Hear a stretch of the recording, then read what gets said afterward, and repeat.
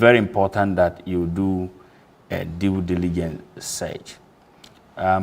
Steps to acquisition is one thing that I want to maintain as an emphasis.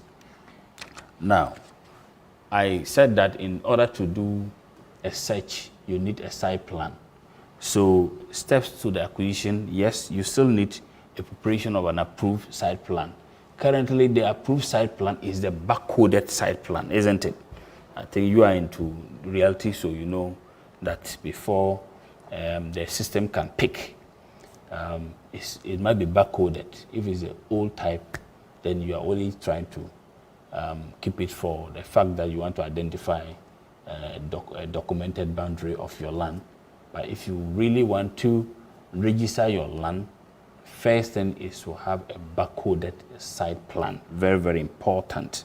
Then the next thing to do in taking your step for acquisition is to ensure that you take steps for the preparation of the deed, or what we call it generally as what? Indenture. I think that is the name we all know. Even in the document, they'll write indenture on it boldly. But it's the preparation of what? The deed. Then, once you prepare the deed, the next thing to do is the execution of the deed or the indenture. Is that clear? How do you execute it? It's when parties have signed their portions. The buyer and then what? That is the seller and then the buyer. And in legal parlance, we call these buyer and sellers as the vendor and then the vendee, right? That is the vendor is the one who is selling. The vendee is the one who is buying. That is the purchaser and then what? The seller. Yeah. And the other step is the stamping of the deed. Once the deed has been signed for you and you now gain possession of whatever property that you are buying, either a house or a bare land, then you start the stamping. The stamping process starts from the court. You go to the land, what do I call it? The land court or the land registrar. Okay, you go to the court registrar, and they will stamp it for you. Once you get the stamp, you come to Land Commission and start your registration there. And they will do the valuation and all that. Then it goes on. So that is where the registration process begins.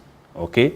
So, of course, the deed registration, you can find that deed registration amount 14 or more than about, I think with the expansion of the new regions, it should be 20 now, but I have 14 in my record, right? About 15 or 14. I know the piloted regions include that of Kumasi and then part of Central region. Yeah, but the whole of Accra, yes, and we also have Saviligu and Winneba, not the whole of Central region, just part of Central region. So Winneba is also part of the piloted regions that is under land title registration within the Act, right? So we have Greater Accra, the whole part of Greater Accra, part of Kumasi, and then the pilot is ongoing in Winneba and Saviligu. Saviligu is somewhere in the northern region. So that is how the registration process is. I would take you through the essential requirements for registration. And what are they? Essential requirements for registration. But before we do that, I started trying to give you some constitutional reference from the Constitution about citizens and non-citizens, and I left there. But let me emphasize that before I continue with essential requirement for registration. I told you that citizens have up to 3 to 99 years to acquire lease. Also, non-citizens have up to what? 50 years, from 3 to 50 years. And it's a constitutional requirement. If you look at the Constitution of Ghana, Article 266 says that no interest or right over any land in Ghana shall be created which vests in the person who is not a citizen of Ghana a freehold interest in any land in Ghana, meaning that non-citizens cannot have an interest in land for uncertain years. So when they say freehold, what is freehold? Meaning that having ownership of a property for unlimited years is only families, stool, okay, who can hold that title of freehold, and citizens. So if you are a citizen of Ghana, you can be given a freehold, right? But a non-citizen cannot be given a freehold. Then it goes on to say, clause 2, that an agreement, deed, or conveyance of whatever nature which seeks, contrary to clause 1 of this article, to confer on a person who is not a citizen of Ghana any freehold interest in or right over any land is void. And the word void in law means that it is what? It cannot exist as a recognized legal contract, right? Void meaning void ab initio, completely not recognized by law, right? So let me go on to read that of clause 3 of article 266. He says that where on the 22nd day of August 1969, any person not being a citizen of Ghana had a freehold interest in or right over any land in Ghana, that interest or right shall be deemed to be a leasehold interest for a period of 50 years at a peppercorn rent commencing from the 22nd day of August 1969, and the freehold reversionary interest in any such land shall vest in the president on behalf of and in trust for the people of Ghana. Anyway, so clause 4 says that no interest in or right over any land in Ghana shall be created which vests in the person who is not a citizen of Ghana a leasehold for a term of more than 50 years at any one time. I hope that is clear with the constitutional provision. So in 1969, when the Second Republican Constitution was in force, on the 22nd August 1969, the constitutional provision is that any non-citizen of Ghana who was holding a freehold interest in land was now subjected to own that land for only afterward 50 years. Is that clear? So that freehold interest was now subjected to only 50 years. Then the law now further goes on to say that even leasehold, which is up to 99 years for citizens, non-citizens only can own that land or can hold that interest in land for up to 50 years. I hope that is clear with the constitutional provision. So this is of what we call the GREDA or the basic law of Ghana. That is the highest law, and that is what the law is saying. So those dealing with lands, my advice is that anytime somebody comes up, say, I'm buying a land, don't be interested in the money first. The money is the main or the subject matter of the transaction, not so consideration. But the essential requirement or the procedures to sell the land is also very important, because without that you can put yourself in trouble. And I was just saying that I'm going to give you a practical example. I was around when a cousin called me and said she bought a land for a brother in the US. And basically this land was sold to him by the chief, not knowing that this land was already sold to one British who had left the land in the hands of a caretaker. Unfortunately, the caretaker liaised with the allodial owner, who now leases this land to the British, and they decided to lease the land out to other third parties.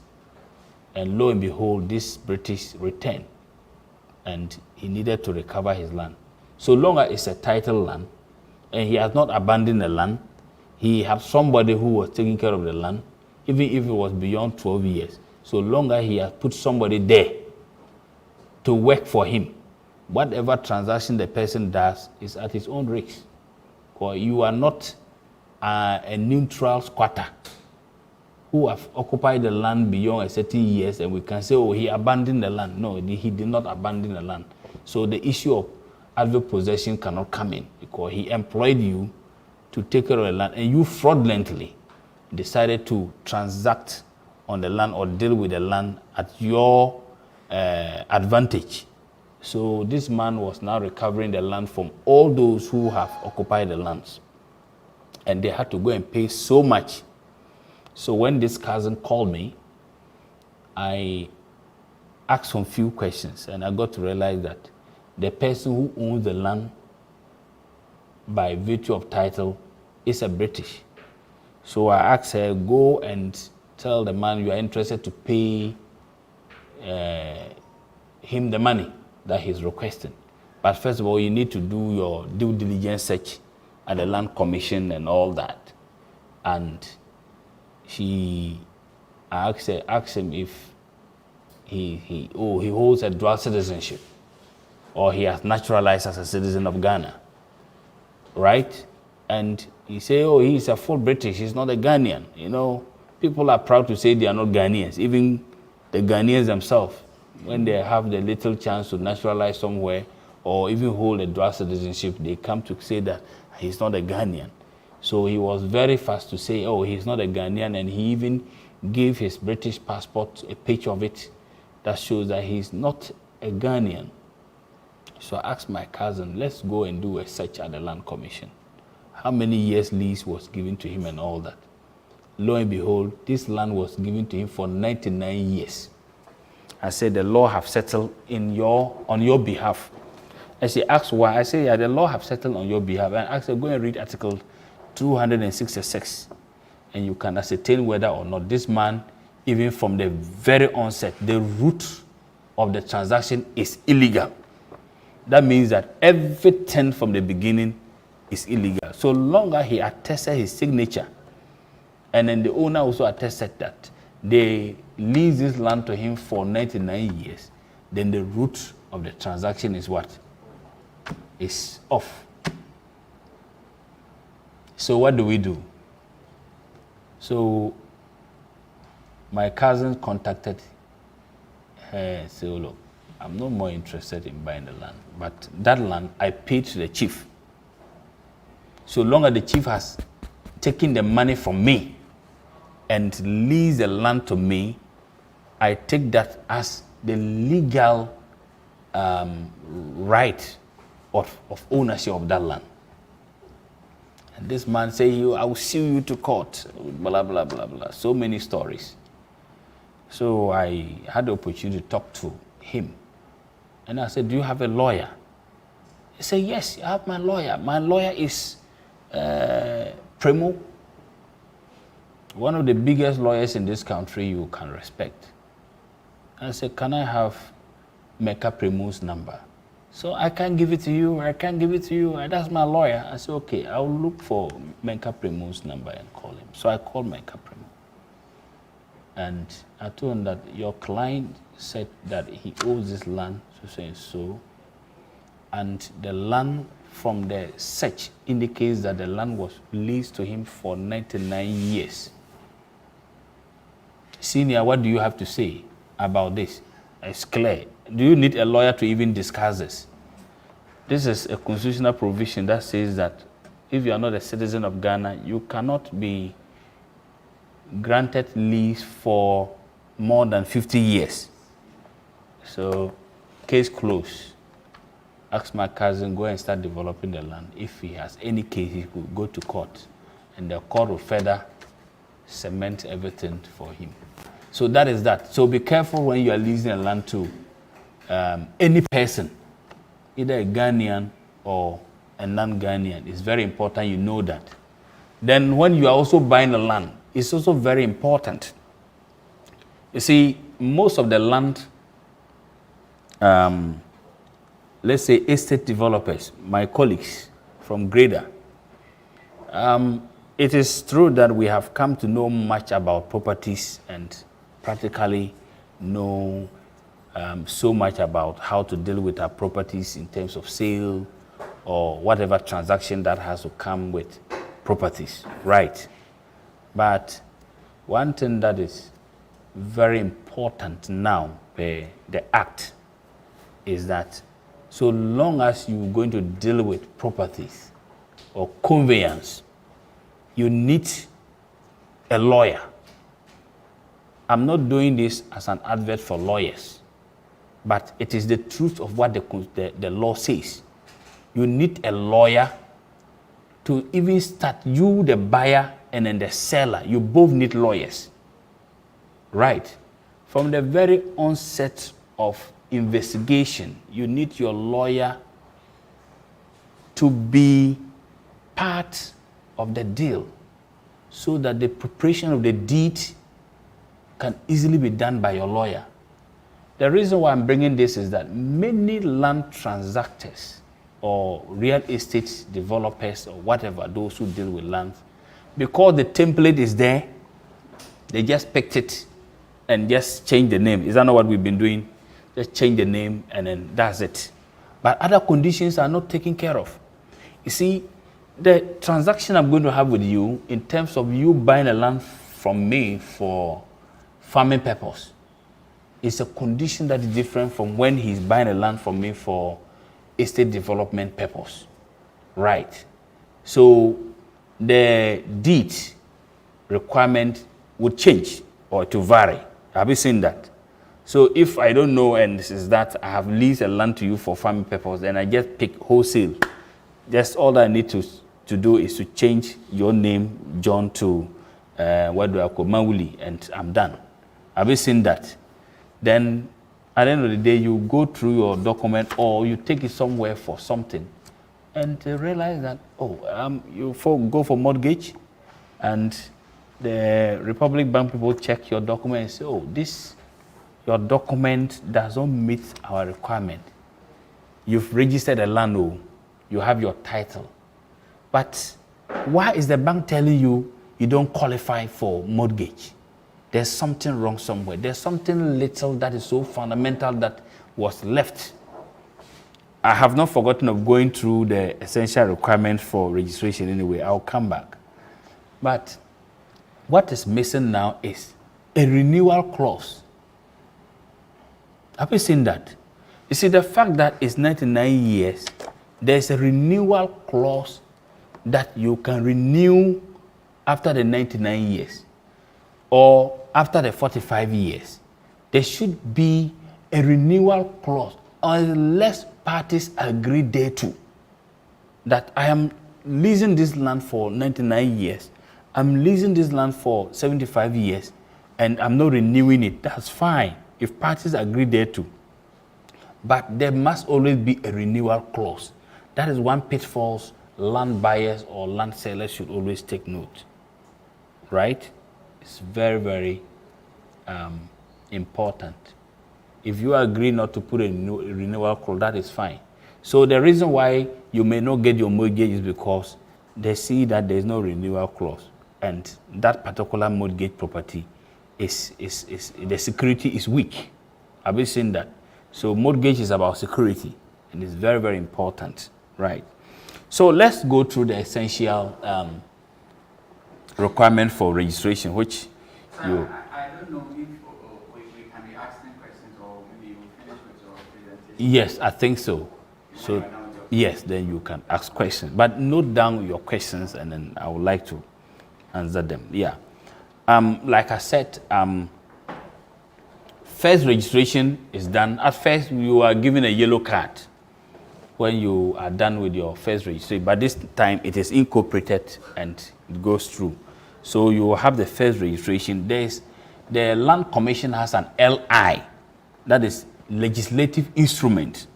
Is legislative instrument number 1444, that is 1444. Okay, it goes with the compliant plan, a barcoded plan that is required of every site plan before you can. So if you are registering your land and it's not barcoded, the system cannot pick it. Have you seen that? So they have these, and then the planning clearance is also there. So if you go to section 117 of Act 1036, can we scroll through that one? I want us to look at something very quickly. 117, 177. If we can't see it clearly, then I can read from the act here that I have. Okay. So registration and planning. Land registration shall, in performance of duties of the office, comply with any local plan for the area in respect of which an application for registration has been made. That is subsection 2. A district assembly shall submit to the Regional Land Commission copies of the local plan within 1 month after the coming into force of this act. Then copies of the local plan within 3 months after the approval of the local plan, in case where an approved local plan does not exist. Then registration of parcel contrary to subsection 1 is void. You see that? So you read section 117 actually also take us through the clearance if these are not there. So you get your TIN and then you go through the second registration transaction or second transactions. So the first transactions would give you these, and then the second transactions would be for you to make your payment and you proceed. Registration procedures, as I've already emphasized, stool, skin, land, per Article 267 deal with stool and skin land. That is 267 of the Constitution of Ghana. Okay, it deal with stool and skin land, and every land transaction has to do with two parties. Two parties.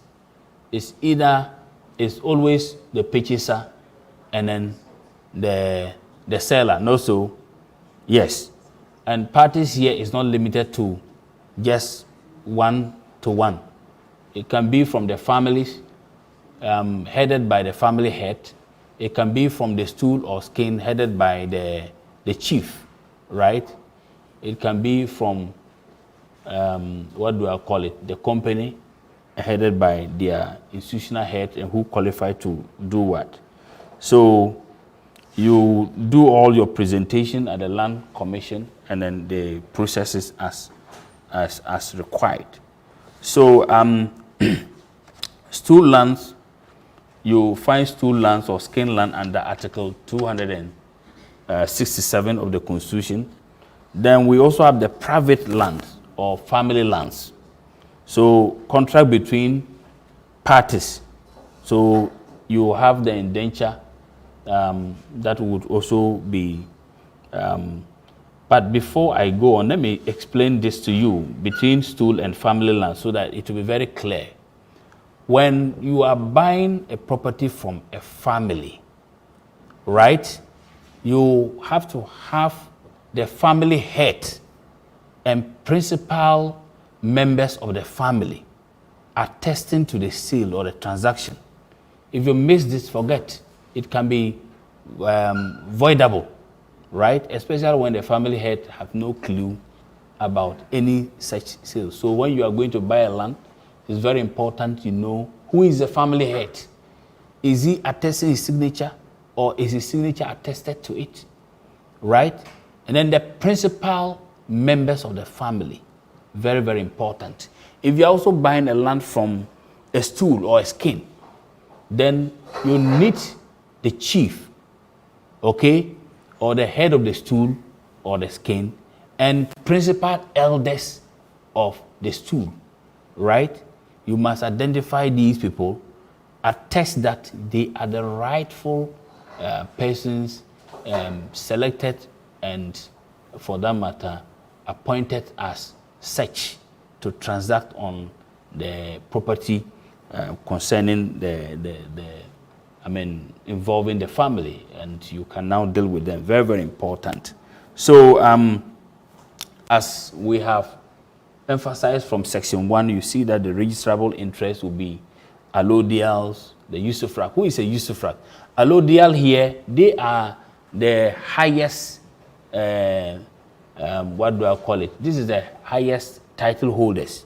When I say highest title holders, they are the original owners or the original grantors, right? They are the original grantors of a property, of a land, specific to. The usufruct are people who, by virtue of being subject to the allodial owners or a clan or family, have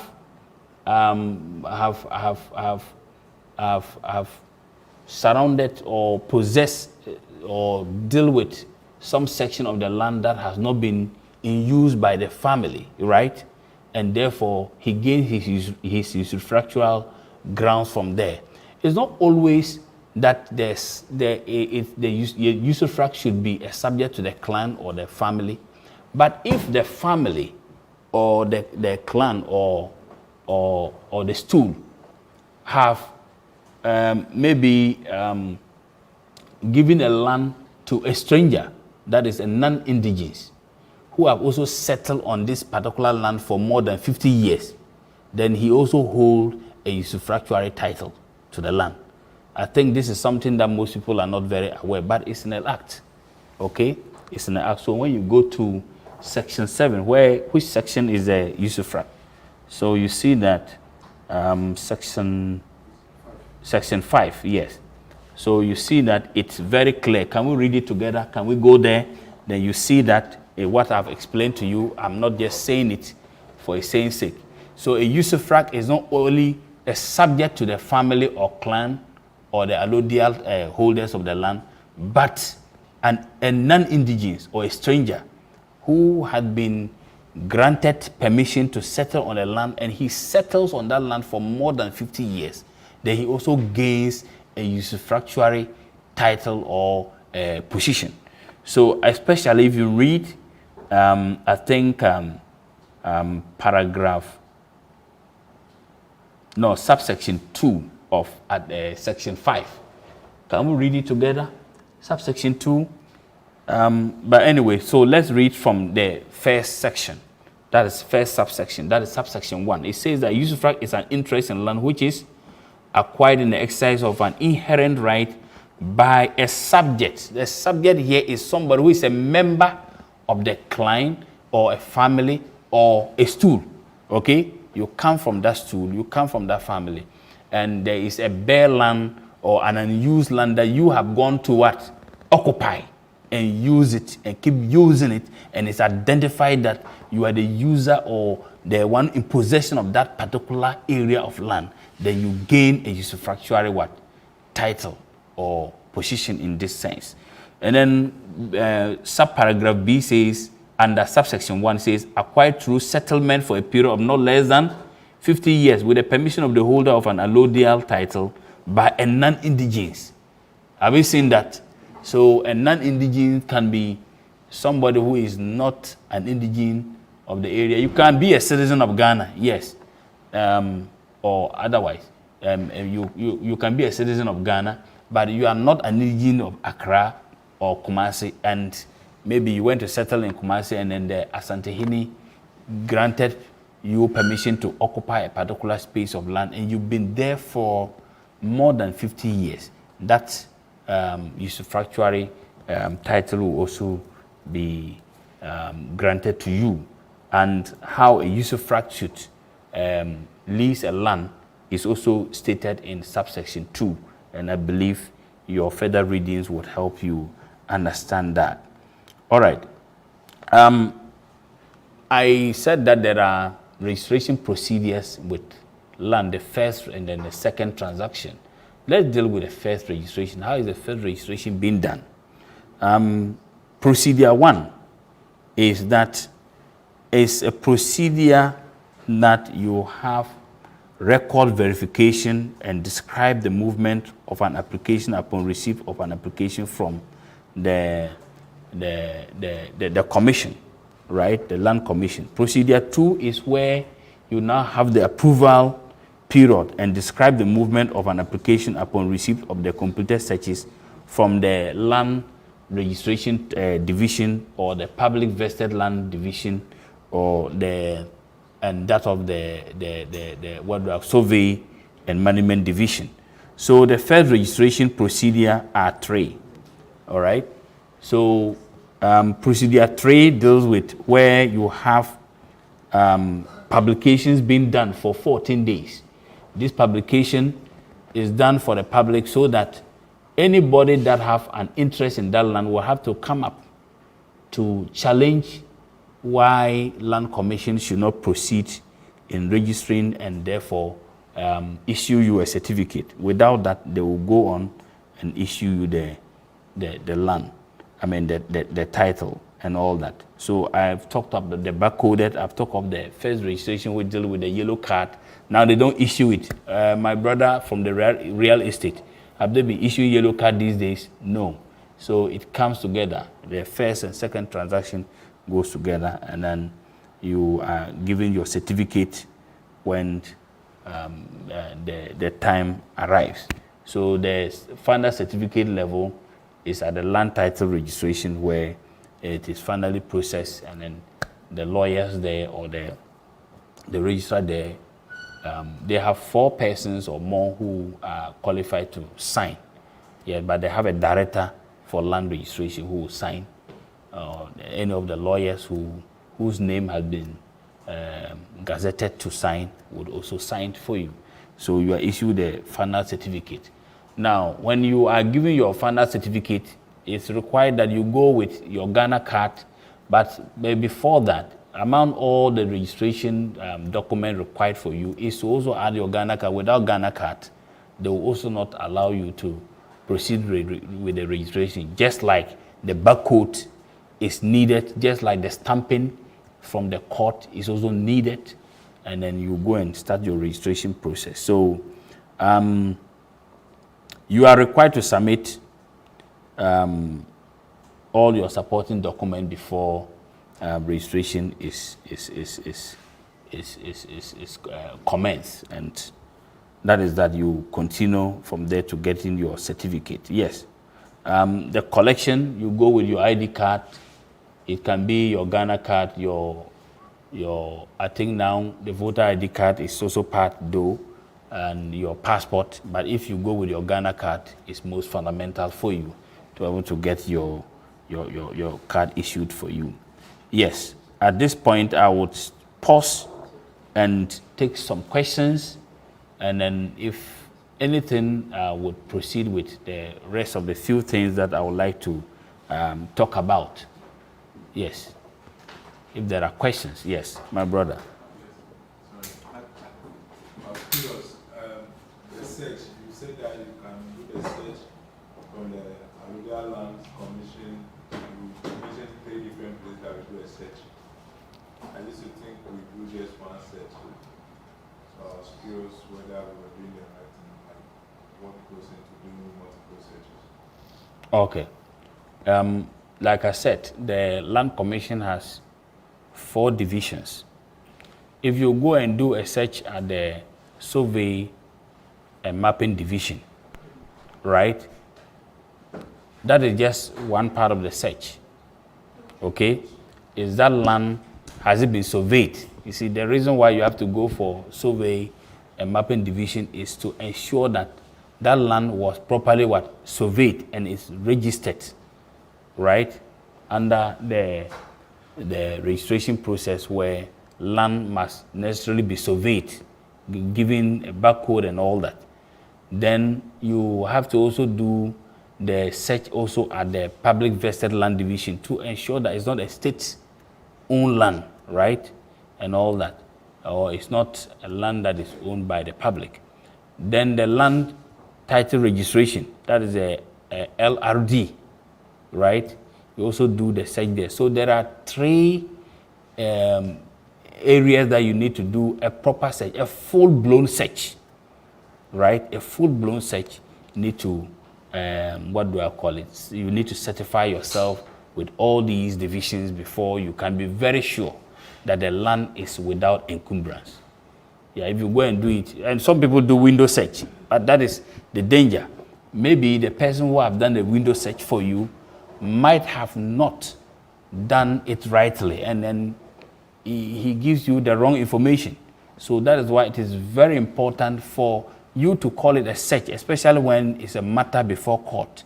But whether it's a matter before court or not, it is very important that you have a documented search, meaning that you have paid the prescribed fee and Land Commission have conducted a search and given you a written document, right? Giving you details of the land, okay? Details about the land. And these 3 divisions are very important to do a search, not 1 division. You may do the search at 1 division at your own risk. Yes. I don't know if that question satisfies. No, it's a fantastic answer. I'm just looking at managing the customer aspect of it and the cost issues, because yes, I understand. The cost of the full-blown search, and I know, in Ghana we usually just do a window search to be sure it's protected. Definitely, yeah. Just curious. Okay. So I have 3 questions. They are very short ones. Yes. What happens if I sell a land to a foreigner and then I give the person more than 50 years? What will happen to me? And what will happen to that person as well, the buyer? I am the landowner, and then I prepare the lease, and then I give him more than 50 years as against what the law requires. Okay, so thank you so much. I think it's the reason why I emphasize that I'm not here to advertise for lawyers. It's against the law, right? But when the law speaks of it, it is very important to educate you. If you go to section 33, can we scroll it? Section 33. Section 33. Go to the actual 33. Yes, keep going.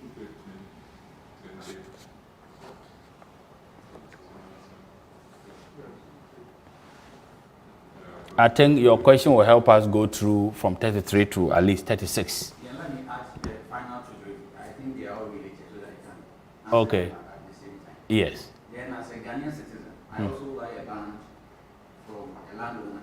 The person gives me. The person gives me 99 years. After the 99 years, okay, after the 99 years, what will still happen to me? And then if there is no renewal clause in the indenture or the lease, Okay. what happens after the expiration of the period that I have bought the land for? Okay, I'll deal with these 2 and then keep the 2. We'll deal with it immediately after I'm done. All right, so I want us to go through this. Are we there? So you see that section 33 is very clear. I'm not the one saying it. I indicated that right from the onset of investigation, that is the due diligence, you need to involve your lawyer so that to familiarize him with the transaction so that he will prepare the deed for you. Have you seen that? So, and the law is very clear that a conveyance shall only, and the word only, it's not anybody saying it, only be prepared by a legal practitioner in terms of the Legal Profession Act. We have a Legal Profession Act, that is Act 32, right? So the Land Act is saying that it's only a lawyer, a licensed lawyer, who shall prepare this deed or conveyance.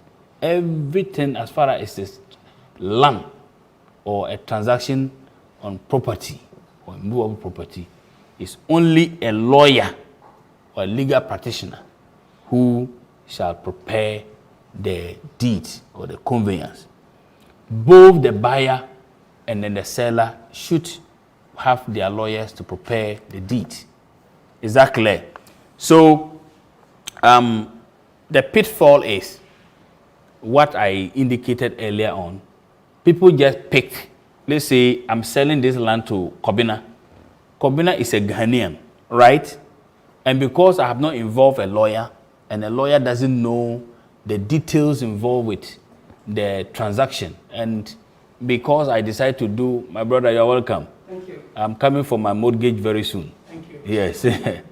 You've not involved a lawyer, and then because you just go and pick a template that was prepared for Yao, preparing it for you. Excuse me to mention your name, Stone. You know, the British or the Europeans, they like to give funny names, isn't it?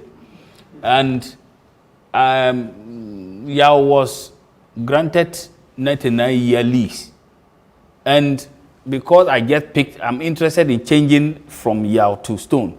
I didn't go into the terms of lease. I just wholesale, and that's it. I've been seeing that. So it's one of those errors that should be avoided if we should involve lawyers to ensure that we prepare the land or we prepare the conveyance in accordance with the due late or the rightful way in which the document should be prepared. Because if a lawyer is involved, the document is prepared. We are sure by 90% you should be you should have your document well prepared. Yes. So I'm told that my time is almost up. Your next question is about what happens if it happens so. We can call it a part of the negligence. You understand me? And On my part as a buyer. it's a negligence. It's a negligence, and it invalidates the document. As I said, I gave a good example of a transaction that was done by a British, and at the end of the day, he lost for one reason, that the document was prepared for 99 years. So if nothing has happened to the land and he still possesses that land, yes, is subject to correction. So you can re-prepare the document to reduce the period to 50 years instead of the 99 years, because the 99 years is invalid. It's invalid for a non-citizen, which the Constitution per Article 266 of the Constitution of Ghana have spelled out rightly for right, and it's also in the Land Act. Yes. Can I have other questions from others, or you can come in with your third and fourth question, then we can run up. Okay, so let me give this case. Yes, I'll come to you, my brother. My friend and I, Yes, maybe I bought a land from this landowner, yes, and then I have started with the process of registering it. He has given me the indenture or the lease to the land. mm-hmm. Then I've done the picking, so I have the barcode, everything. Then later he sells to my friend here. The two of personally, maybe I have not completed with the registration process for the title. Yes. He too, he has not completed the registration process. Can any of us, who will be the ultimate winner or the rightful owner of such a land? Okay, so one thing we haven't discussed, or I haven't discussed with you about the new Land Act, is about the penal sections that we have. But I'm not necessarily addressing only lawyers, but non-lawyers. So therefore, I'm careful not to go too much into legality, rather than to draw your attention on the fact that the new Land Act have stated that if you have leased a land to Mr. A, right, and you've gone through the processes, there's a consideration, you've signed a document for him. I don't know whether you have talked about the fact that the deed had already been prepared, the parties have signed. Is that the stage in which you are talking of? And it's only left with the registration. Right at that stage, there is a transaction, there is an agreement, right? Even before you go to register, the landowner have no right to sell that same land or portion of land to another person, okay? There's a penal section that says that once you do that, you can be jailed for it for not less than even 5 years. It's 5 to 15 years, right? So if you are not lucky, you can take the maximum sentence. Is that clear? The same way the New Land Act has also been enacted against landguardism. So if you use land guards as a win-win situation. Now it is absent. You can't use land guard to threaten somebody. If you have no interest in that land, then you use land guard to go and outlaw the rightful owner of the land. You can be jailed for that purpose. So the new Land Act has actually given us a lot of protection, Yes. Yes, my brother. Any question? You have a question? Yes. I have a question. So, after the new land law, people ask that they want freehold, and then we argue that there is no more freehold in Ghana, sort of. And the worst part is that I continue to argue that we cannot give you something that we don't have. We have 70 years. They say, well, they want 99 years. They are Ghanaian. Now, per your delivery, it seems like we should even have just 50 years. So what happens when we are now transacting business with someone who has more right to earn more in terms of lease duration, and then we have less? I hope the question is clear. Yes, I'm not so clear, but if I understand you, you want to say that there is no existence of freehold. No, when you look at the interest in land, there is a freehold interest, right? There's a freehold interest. Under the new law, yes, any can buyer get customary freehold and a common law freehold, yes, right? It can be granted to a Ghanaian, but it's just that there is the freehold is becoming limited. How many people have freehold? There's still freehold properties, right? There's still freehold properties. I even had one in Nongwa, and the person is selling at a very outrageous price. I couldn't just go into it. You understand? There's still freehold interest, but that is not for non-citizens. The Constitution is clear that since 22nd August 1969, freehold has been proscribed against non-citizens. If you are not a citizen of Ghana, you cannot get freehold. But just that in our general transaction of these days, freehold has become limited, and then the 99 years and below is what we are more concentrated with. You've seen that. But the 99 years, my emphasis was that it's not that it must be 99 years, but the law gives it up to 99 years for lease hold. You understand me? For leases, it's up to 99 years, from 3 years to 99 years. But one can give it to 50 years, 20 years, 30 years, but it depends on the purchaser's purpose for the land, right? I told you that we have categories of land. Land for residential is up to 99 years, right? If it's for farming, it's up to 50 years. Have you seen that? If it's for industrial, it's also up to 50 years. If it's for, let's say, farming, industrial, then residential, I think, yeah, that's that. Have you seen that? So if somebody is coming to even buy land from you, the one selling the land, ask him, what is he buying the land for? Right? And that would subject you to tell whether you are to lease the land for 99 years or 50 years or 40 years or whatever. You understand me? If it's just for farming, you know the number of years you lease.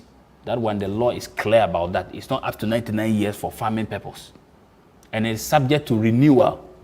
My brother said that whether if you don't renew it, if there's no renewal clause, I emphasize in my summation that if parties agree thereto, I'm leasing a land to you, and I'm saying that this land is for 50 years. I'm not renewing it after the expired period, isn't it?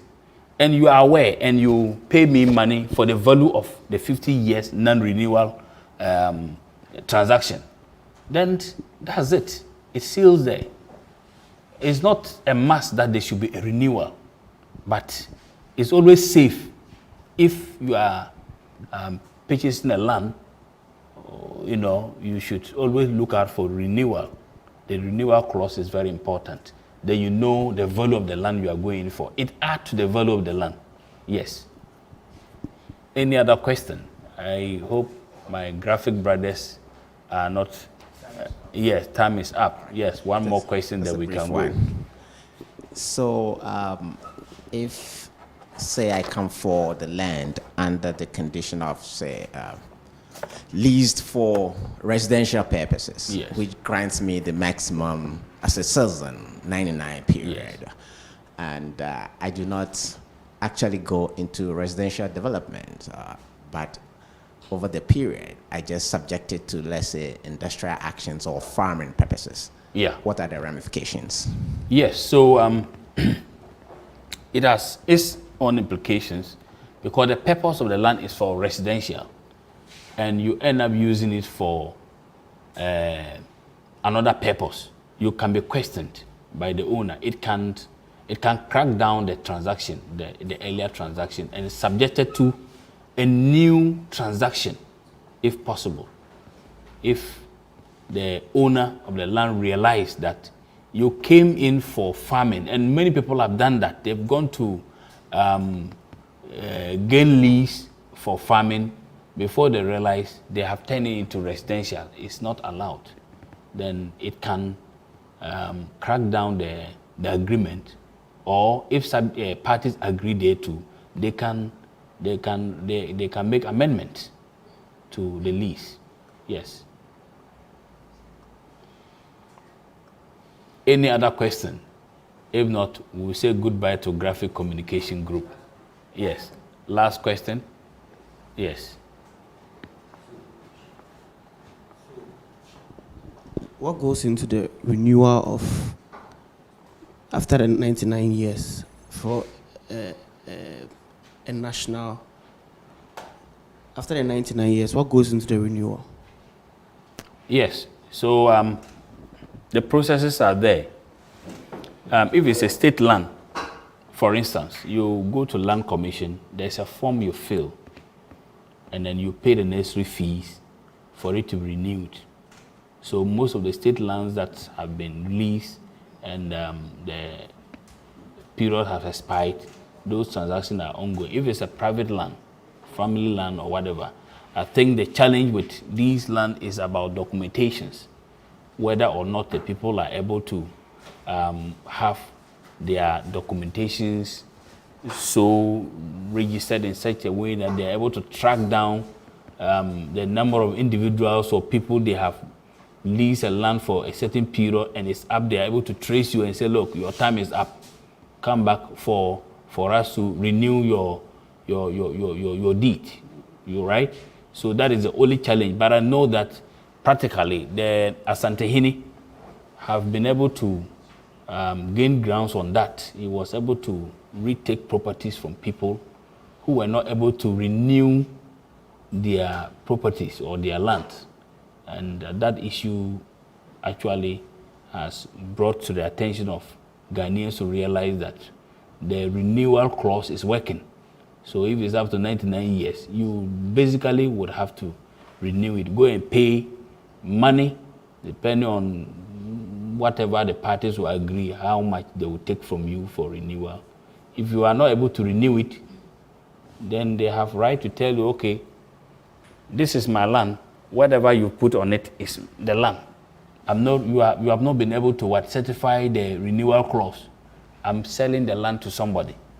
Whether you carry your house away or whatever you do to your house, it's up to you. But I think that it's not too much. It's not something that is working. But that is the law. Yes, if I lease a land to you for 99 years and maybe my descendants trace and see that they have your period has expired, they will come after you to renew it. That's all. It's just a gentle reminder for you to renew it, and then you pay the necessary fees, and then you go and register it again at the Land Commission. Does that mean they can charge you any amount they wish? Well, parties will have to agree.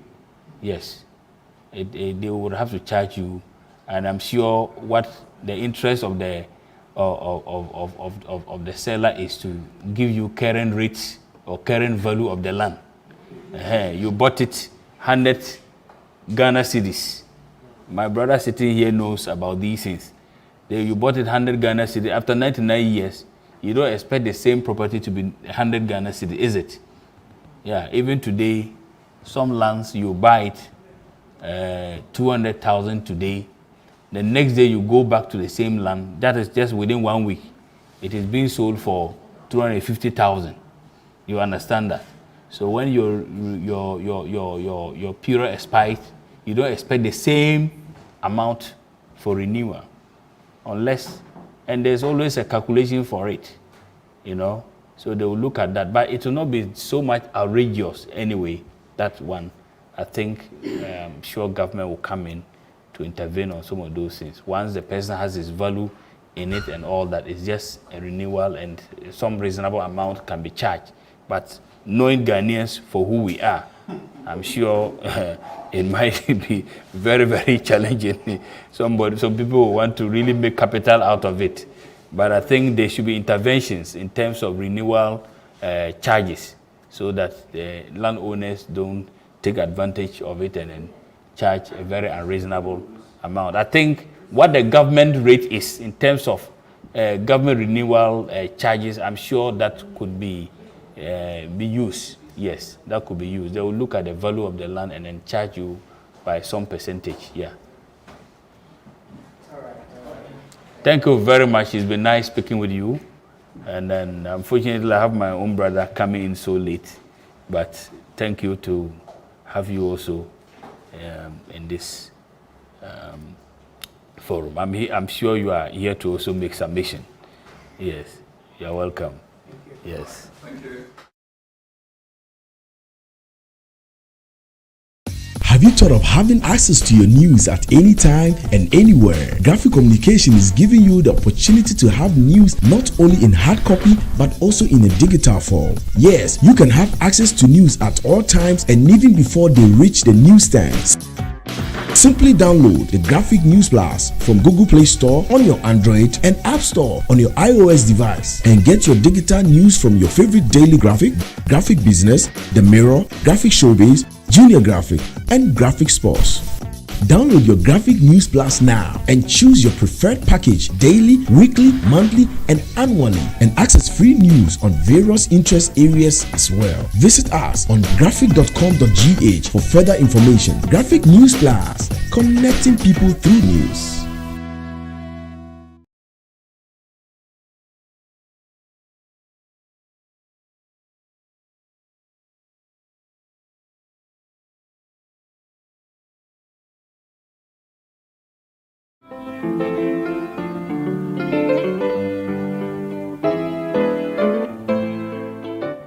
Amid a storm of protests from the Gold Coast nationalists who feared that a newspaper company owned by a British national would frustrate their fight for independence from Britain, Graphic Communications Group Limited, or GCGL, was established as a private business in 1950 by the Daily Mirror Group of Britain. At that time, the company was named the West African Graphic Company Limited. Cecil Hamsworth King Jr., who was in charge of the Daily Mirror's Group West African operations, was the founder chief executive of the company. Company appointed Martin Thurston Kofi, a Ghanaian, as the first editor of the Daily Graphic and later the Sunday Mirror, which is now the Mirror.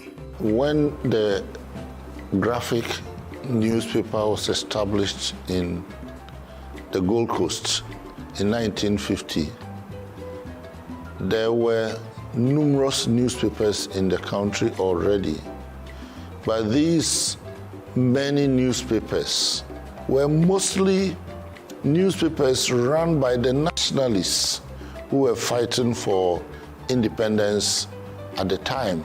So these newspapers tended to be more agitational, more adversarial, and more propagandistic.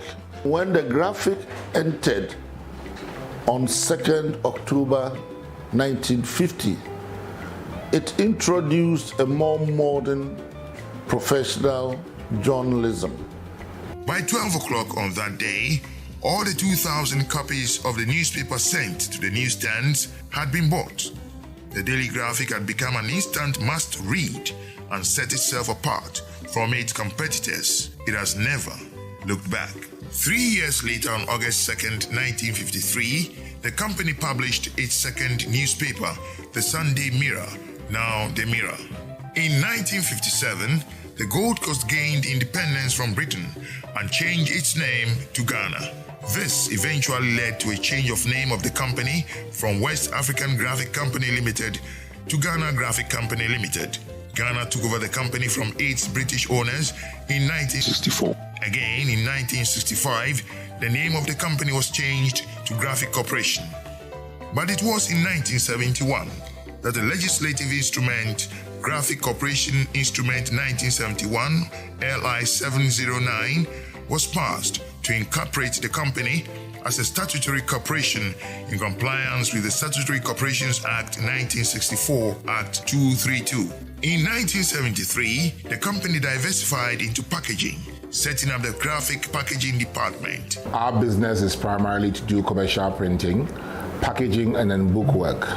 We have been in this industry for 47 good years, and we are renowned for our packaging material, our books, and also our commercial printing.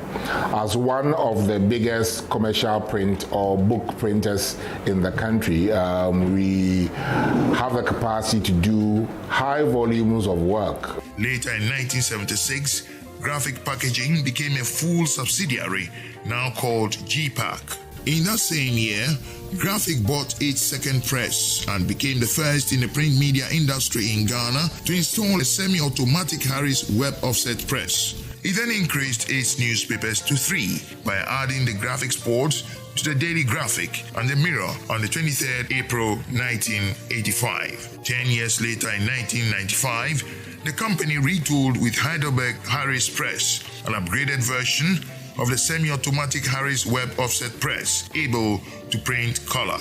Again, Graphic became the first in the print media industry in Ghana to print newspapers in color.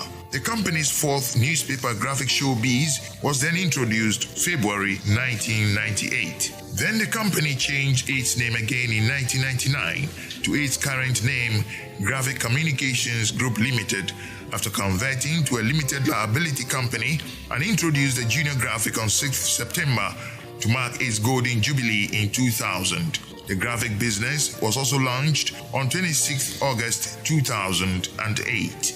The company retooled again in 2012 with a KBA Comet Press, a more modern, efficient press that can print 75,000 copies per hour. Also, the company diversified into courier service in 2014. In its many years of existence, Graphic has reported on many epoch-making events. We have covered very significant stories in Ghana's. Good afternoon, ladies and gentlemen. My name is Franco Ponyeboa from Republic Bank, and I am here to present to you aspects on mortgage business that Republic Bank offers, and I'll be happy to receive some questions from you so that this presentation section will be more interactive. Okay, so Republic Bank, the premier mortgage company in Ghana, has over the years been offering mortgage on home purchase, home completion, home improvement, home equity. Then we have collateral replacement indemnity, we have commercial mortgages, and we also have land mortgages. And home purchase has got to do with completed properties that individuals who work based on their income and age are assessed, and a loan facility given to the individual to assess funds to purchase these properties, and then for residential purpose though. The policy of the bank is that any individual who would like to access this facility will be given 80% of the price of the property, but must qualify for it. So for example, if the price of the property is 100,000 Ghana cedis, Republic Bank policy is to give you 80,000. So the assessment of the bank will be based on, which is based on your income and age, is to find out whether you qualify for the 80%, which is the 80,000 Ghana cedis. Now, assuming that assessment is done, once again, that assessment is based on your income and your age. Assuming that assessment is done and we realize that instead of 80,000, which is 80% of the price, you qualify for all the price, that is 100%. Because the policy of the bank is that we give you 80%, we will keep to the 80%, which is 80,000. But assuming we again find out that you don't qualify for the 80,000, but qualify for 70,000, which is 70% of the price, we will go ahead and give you the 70%. In that case, your deposit will be 30% as against 20% in the earlier situation that I explained. And we are stringent on age and income because, one, we want to be sure that your monthly repayment is within 40% of your take home. That is, we do not exceed 40% of your take home, and that we are able to take 40% or less of your income, net income, as a repayment amount. Then we look at your age. We have tacked your age to age where you were, whatever age you are now, to age 60, so that by age 60 you would have finished paying. Then you will not go on retirement still paying for mortgage. So the idea is that by the time you're going on retirement, you should have finished paying for your house, and then you will have the opportunity to live in the house for the rest as you retire. Then we also have home improvement. Home improvement deals with properties that are dilapidated, but individuals have income and they can therefore renovate these properties and use it for commercial purpose or rent it out, or other people can also live in it as their residential use. There are other people who also have properties in prime areas such as cantonments, Laboni, in good areas who they could rent out, but because of time, the properties are in dilapidated state. Such properties, the bank can give you a facility to improve upon such properties and then rent them out and use the rental income to pay up or honor your repayments. So once again, what the bank does is that we'll do a bill of quantity to ascertain the works that has to be done on the house, and then we will stagger the payment based on the workflow. So we will look at your work. If, for example, it will take 3 months or 3 activities, different activities, segments to be able to complete. Let's say you have to re-roof the property, then we will calculate the cost of roofing or re-roofing, and then you have to paint and change sanitary fittings and things like that. We will do it, and then finally maybe we'll do for landscape. So we can group it into 3 flows, and then we make sure that at every stage we inspect to ensure the work has been done as spelled out in the bills of quantities which you presented to us, and then we can go ahead to pay the second, the third, and then complete it, and the customer can rent it out or move into the property whilst he honors his repayment. Averagely, we know that it takes about 5 to 10 years for individuals who have started their own houses. So what Republic Bank has also put in place for home completion packages is for individuals who have their own land, they have started their construction, and if you build up to lintel level, the bank is able to give you a facility to complete the building, and then you move in so that you stop renting properties, and then you can have your own house, and then you can be paying for the mortgage. Once again, this is another package that you will have to qualify for. What do you qualify for? You qualify for the total cost of the materials that you need to complete the house, and then the labor cost, which is all indicated in the bills of quantity that is given to you or given to us, and then based on it, we are able to segment it, and then just as it is in the case of home improvement, and then you complete it in phases, and based on which we are also advanced the second and the third and the fourth if the workflow is that stretched. That is the 4 tranches. Then we have home equity. Home equity deals with people who are property rich. For example, you have taken a facility and you have reduced your loan balance significantly to maybe half of the loan you took, or 70% gone, and you have 30% left. What Republic Bank offers you is that at that balance, remember, if you bought a property that was 100,000 Ghana cedis, let's say 10 years ago, and you kept paying for your mortgage, by now your mortgage could be left with about 60,000 or 50,000 Ghana cedis. At the same time, your income would have increased over the 10 years and your balance has gone down. So what you can do is to come back to Republic Bank and say that I took this X loan from you, I have reduced it significantly. Fortunately, my incomes have gone up and therefore I want to refinance it. Republic Bank will ensure that you value the property once again to determine the market value of the property, and then we give you about 60% of the value of the property. So for example, we value the property now, it costs 300,000 Ghana cedis. And then we say, fine, 300,000. If we want to give you about 60%, it will be 160,000. You still owe 60,000. So we clear the 60,000 from there.